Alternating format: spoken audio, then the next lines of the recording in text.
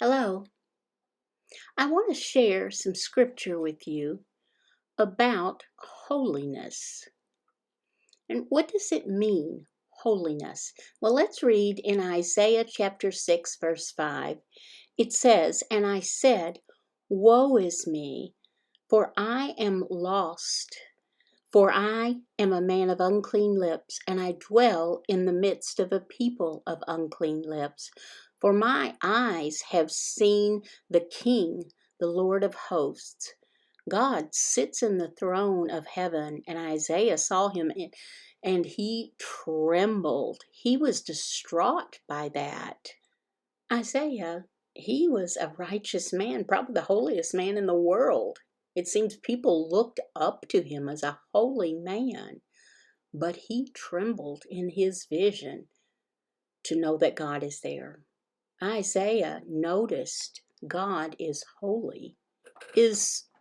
Was Isaiah thinking God is morally pure, perfectly sinless? Is that why?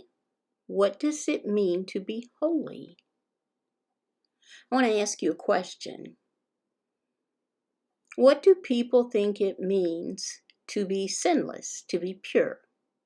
Well, if you look in Isaiah 6:3, it says, "And one called to another and said, Holy, holy, holy is the Lord of hosts. The whole earth is full of his glory." Who said that? The angels said that, specifically the seraphim.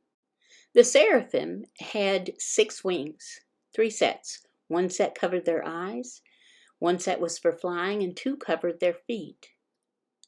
Why cover their eyes and their feet? Why? Because God is holy. Now the angels, did they sin? No, these angels did not sin, but still they knew God is holy. So what did they mean? Yes, people say holy means pure, without sin, righteousness. That's true. But the primary meaning here is that God is different. He is other. He's out of this world. That's what it means. When we say God is different, God is superior over all things. He is out there. God is beyond space and time. He organized everything that there is. God is supreme over all things. He is magnificent. He is so different than we are. Holy means pure, but it means he is different. The word holy ground, when Moses was walking up to the burning bush, and of course God was within it, and he told him, take off your shoes because you're on holy ground. What did he mean? He meant God had touched this. It was different then. I remember something I kind of like in the feeling too. I went to Mount Vernon, where George Washington lived in Virginia. And I went to visit there. I was looking around. I saw many things there, the foundation, the floor, and all these different things. And it was the original things. I thought, well, maybe they would change them by then. But I was walking down some steps and I was holding on the banister, and the woman who was leading us told me that banister is the original. Wow, I was surprised because I had touched it, knowing Washington had touched it, all those years ago. You understand that feeling? When God touches things, wow, they are changed. They are other. Think about the word holiday. The word holiday, really, it meant holy day. Some people think, okay, a holy day is like Christmas and Easter.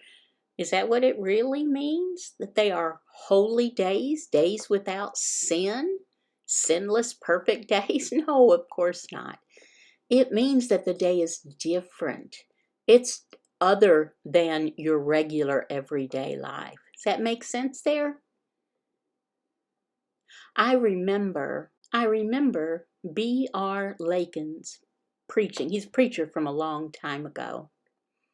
And wow, one sermon that just touched my heart.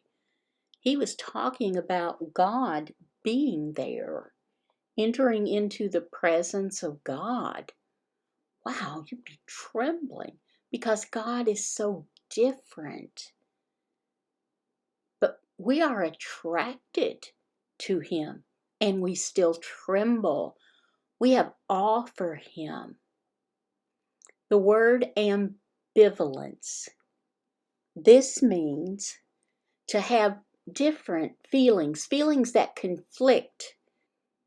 At the time when I was hearing his sermon, wow, it made me tremble. I was drawn to it, but I was still trembling, but still attracted to God. Was I so scared I was going to run away? No, but I was in awe of God. Our Father, who art in heaven, hallowed be thy name. Thy kingdom come, thy will be done on earth as it is in heaven. Hallowed be thy name. Talking about God's name. His name is different. It is supreme. We all have names, but His name is different. When we sit in a quiet place, it should be a place that's different. To pray, to be at peace with God, to read the Bible. It's different. It's a holy place. What makes it different is that we are spending time with God. It's a special place because of God. Being in the presence of God makes it a sacred place. When you pray,